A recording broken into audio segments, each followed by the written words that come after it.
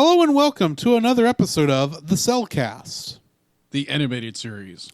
Joining me today is a man who just had to touch the club, Jacob. Why, thank you. And I just thought it was out of place. Well, listen up. Apparently. It wasn't. And let me introduce our... I thought you already introduced me. No, I didn't. Oh, okay. That's why I was like, what are you... Hold up. What are you going to say? I'm ready to get into all this stuff. Okay, let me start over. Why, thank you. Like, I just thought it was out of place. That's all. Why, thank you. And let me introduce our co-host, a man who just had to go into a spooky, haunted tavern. Welcome, Drew. Well, it was perfectly fine the last time we went into that hole in the wall. Oh, yeah. And the time before that. And the time before that. And the time before that. Then there was that time it was in 3 dimensions. Yeah. Of course, it was always full of goons. Always full of goons. Same goons, too. Same goons. We are, of course, still working our way through Tangled, the series. And today we are on Season 1, Episode 13, The Wrath of Ruthless Ruth, which first aired on October 8th, 2017. It was directed by Tom Caulfield and was written by Kelly Hannon. Its guest stars Danielle Brooks as Ruthless Ruth. According to the synopsis for this episode, on a rainy night, the Snuggly Duckling gets haunted by the ghost of its original owner, Ruthless Ruth. Rapunzel soon learns the reason behind the ghost's return and manages to appease her by fulfilling her lifelong dream. This is the second episode to have a song in it, which is Listen Up. This is also the first episode without Eugene or Cassandra in it. But Rapunzel's journal does reference them when it references the episodes What the Hare, Challenge of the Brave, and Under Wraps. Yes. The scene where Ruthless Ruth's head is floating in the void is a reference to the character of Madame Leota from the ride The Haunted Mansion at Disneyland and Disney World.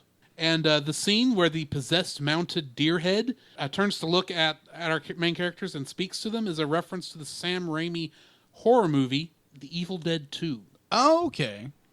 That totally makes sense. Which, when I looked through the cast list for later stuff, I noted that the hero of the if you want to call him the hero, the protagonist of the Evil Dead series, right. Ash Williams, played by Bruce Campbell, apparently is in some later episodes. He is. So I'm looking forward to those. That might be fun. Yeah. So what do you think of this episode? This horror musical episode? Well, it's spooktacular.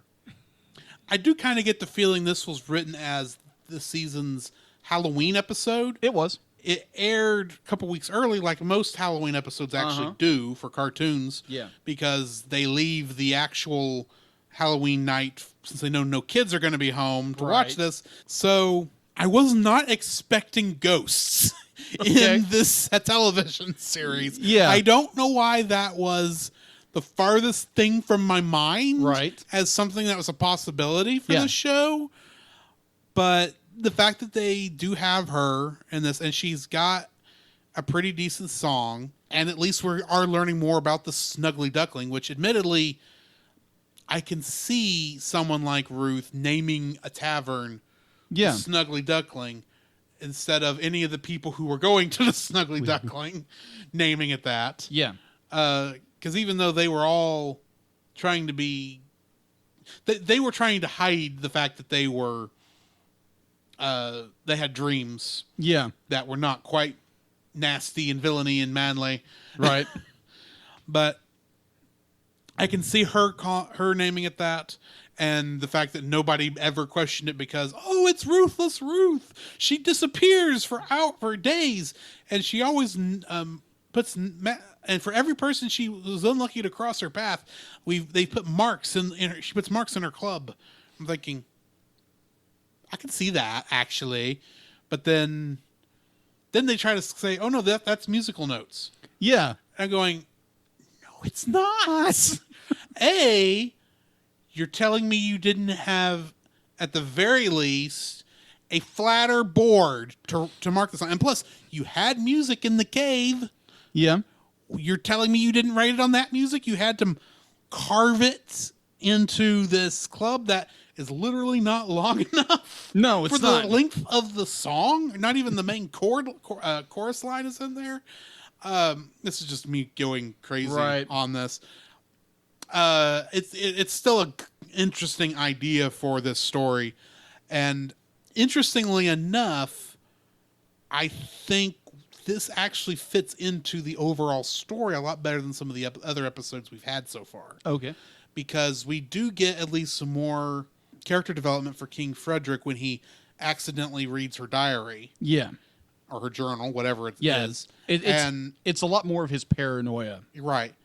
And I think that's going to lead in, and this is just me guessing. Yeah. I have a feeling it's going to lead into the final bits of this season before the journey next season happens. Yeah. This is just an idea of mine. I don't know if this is what it's going to be.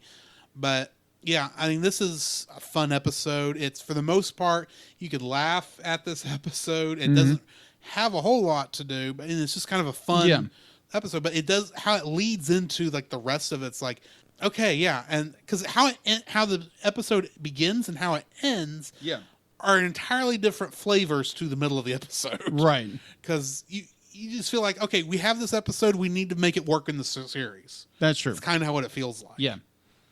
It's trying to tie everything into the lore of the series, and you can kind of tell maybe by this point in the writing of the show, it had moved from, okay, Rapunzel's got her hair back and there are rocks falling over, to, okay, here we know where we're going now. We don't just have this vague starting point that we're going to just stay in the kingdom until we figure out what's going on. We know where we're going, I think, from this point forward. Right. They just had to make it work in this episode because it really didn't. This was probably the best starting point they had. Yeah. When they were writing this. Yeah. Another point was the fact that the King Frederick. Yeah. King Frederick does, put more security on Rapunzel after reading her diary. And it's he'd put some better guards on it. You would think so. Better. But no, he puts the same guards that we've seen throughout the whole show, which are the biggest goofballs. It's no wonder they never could catch Flynn. Of course. You'd think he'd at least put Max on detail, think. Or get her lady in waiting to put in some, because she wants to be more of a guard anyway. Why isn't she right on Rapunzel's tail throughout this whole thing? That would have been a good idea. I didn't think about that. I'm just thinking of it as if I were in this situation, as trying to make these decisions. Why is that not where we're going? But then from a storytelling perspective, like, I know why Cassandra's not that close yet. We're still developing her character, and she's really more of a lady in waiting, and we need to hold off her quote unquote adventuring guard duties until later. Yeah, and plus she's still kind of hobbling along. Still hobbling along at this moment. Well, admittedly, we don't know how quickly after the last episode this took place. Yeah. Yeah, the fact that Rapunzel escapes to the ugly duckling and the captain Snuggly Duckling, thank you. The Snuggly Duckling and the captain of the guard just happens to stroll by. Yeah, it's like, hey, what are you doing here? It's like, oh, I always come here to drink here at the whatever this place is called. Give me the house special. Slop. It's like, okay. It's like, okay, Captain, you are not a good actor. No, you're not. But when we are, okay, we know from the movie that Big Nose wound up having a girlfriend. Found the girl of his dreams. And so apparently in this episode, he's telling this ghost story to all of the inhabitants of the pub. And it's like, no, this is my date. This is his date. It's like, dang, dude. Well, I have a theory on that. Okay. Yes, at the end of the movie, he had found the girl of his dreams. Yeah. It's been 6 months. Yeah. It didn't work out. Who knows? That's my theory. And plus, Big Nose is such a hopeless romantic. I think he's so much of a hopeless romantic that he would drive people away after a while. That could be a possibility. That's why he had to go with the Frankenstein's witch thing as his girlfriend this week. Okay. But hey, she's rich. She's in a mansion. That is true. So she's got to have some money somewhere. True. Not enough for magic plastic surgery, but... But Yes, this was it was a fun episode. It was very much a Halloween episode. Yes. And I have to say, for the first, I call this the first real song. Okay. Because Friendship Song at the end of Pascal's story is really too short. It ends too quickly. Right. You kind of get some quick glances, but then it ends. This is a full-on 5-minute song in the middle of this. It's a full number. And it's like, okay, I'm getting into this. This is fun. Yeah. Yes, they are making 90% of this up on the spot. At least the characters are. Yeah. Because this is not what she wrote down. No.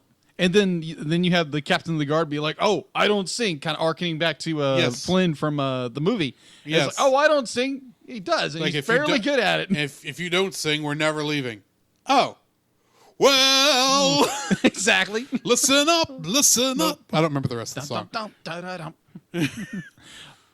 Yeah, it's a fun episode, definitely, because right now where we're tracking right now with the episodes be like they're really good. They're really, really good. Be like the entire season so far is really good. We have not had a poor episode yet. No, we haven't. And admittedly, this makes me worry. Okay.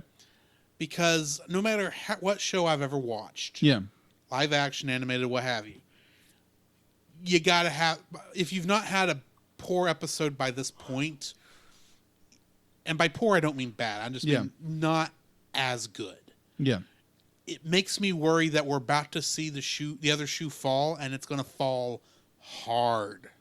At least how it feels. Yeah. I could be wrong. Yeah. It could be that every episode from this point is great, and the reason we've not had a bad one is, or at least doesn't feel like we've had a bad one, is because it's been structured good so that it is always increasing in quality. Right. We've not had that drastic crash and burn episode yet.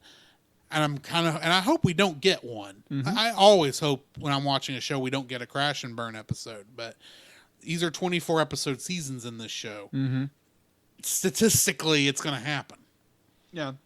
Because they can only write so many episodes in one season. Very true. Very true. But hopefully, like I said, that won't be our next episode or any episode following that. But we are at the end of this one, so join us for the next episode where we will be reviewing Max's Enemy.